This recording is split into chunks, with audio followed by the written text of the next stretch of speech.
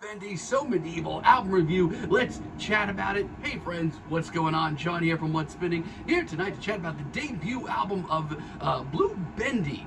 This is a band out of South London. Very recently, about a month and a half ago, became hip to their sound. A lot of my friends and people that I follow have been really hyping up their debut Motorbike that came out a couple of years ago. That's the Motorbike EP. And honestly, I went into this thing not knowing much about the band, and I was kind of really excited by it. This thing blended together art rock, glam rock, some pop punk, and post-punk as well. It had pizzazz and drama, but it also had a genuine amount of emotion at its core. I was definitely interested to see what they were going to do next. Now, recently they announced their debut album was coming down the pipe, dropped a couple of singles, and I did enjoy them. And, I'm happy to say, while not perfect, this is a very promising debut album. Mr. Bubblegum, early on in the album, this track really perked up my ears very quickly. This is just a very odd track. I mean, this whole album is often very formless. You never really know what you're going to hear next. And on a track like this, it doesn't really sound on the rails to begin with, but it's done in a really exciting way. You get spacey synths, a jagged riff,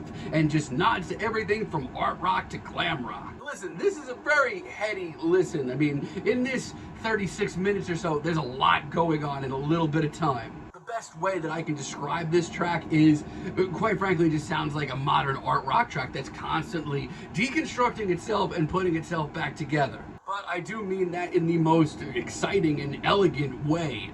Now, the production on this album, it's really, really interesting. It gives this album a very fluid feel to it. And Arthur Nolan on vocals, watch out for this guy. This guy is a genuinely captivating frontman. Darp is another very weird track, but it's one that I'm very, very much interested in. This track just sounds like it just slinks along very dangerously, drops pieces off, picks pieces up along the way.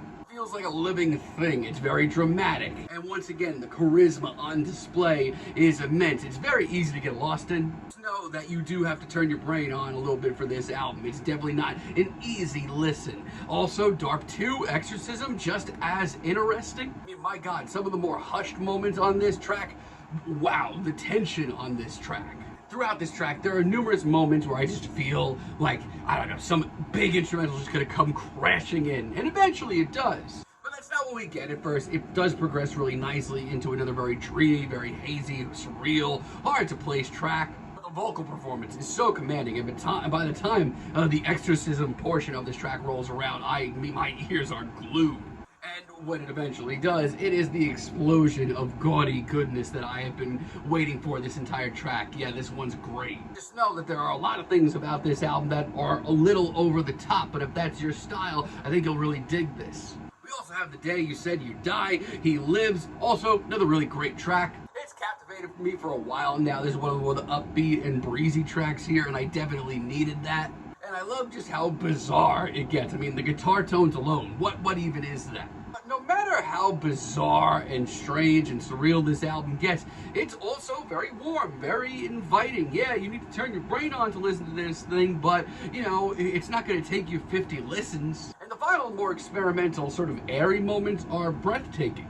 I don't think this is the perfect debut album, but my eyes are definitely in their direction. They do have a little bit of room to grow still. I like this album's title track. Yeah, so medieval. I don't know. I just needed a lot more from this. Well, there's plenty of drama and eclectic performances on this album, and this track alone does get very eclectic. I don't know, this isn't the full mile for me. It seems unfocused, and the instrumentals just seem to be crashing into one another, which could be really exciting, but this just seems kind of, I don't know, thrown together. Not only that, but by the end, the vocals just get rambly, and that's the only time that I really felt like that on this album. Also, I'm sorry I left Him to Bleed. This track is just a little too subdued for my liking.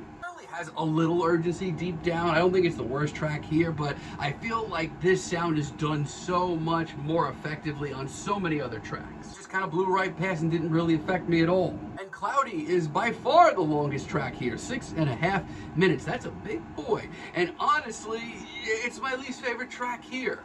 The instrumental, let's start there. I mean, on one hand, the blinking pianos, I actually think they sound pretty classy. I don't necessarily hate them. Everything else about this track just seems really clunky and awkward, especially the production. The production on this track is some of the worst on this entire record. And by By the end of it, I just feel like it's gotten so far off the rails and stopped being interesting, and there's no hope of getting it back. I don't know, to me it just comes off as a very meandering 6.5 minutes. However, you know, this is still a very impressive debut album. My eyes and ears are glued in their direction, and there's some really great tracks late in the album.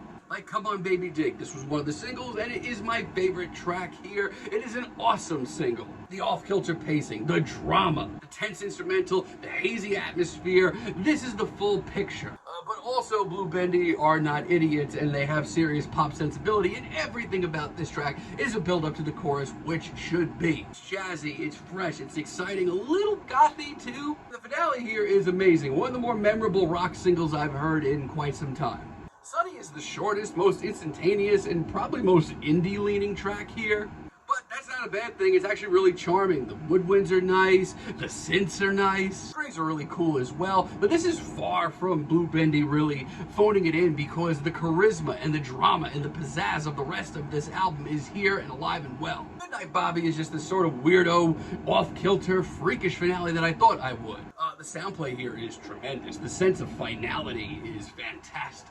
It just sounds like the band is out of steam, but like in the best way. Like they have given it their all on this album, and this is like their last few blasts of energy, and that's great. It's not perfect, but this is a very, very interesting, thrilling, and thought-provoking debut. It reminds me a lot of what HMLTD was doing in their early days, and I can't wait to see where they go from here. I mean, they have a lot of great things going for them. The vocal performances, the tension, the ability to just blast from genre to genre and make it feel like this big fluid creature. That's something special. I'm very curious to see where these guys and gals go from here. But for now, I'm feeling a very decent 7 on this debut album. But let me know what you all think down below. If you like the video, be sure to give us a like, give us a subscribe, and let me know down below what you would like for me to chat about in the future. And until next time, have a great day, friends.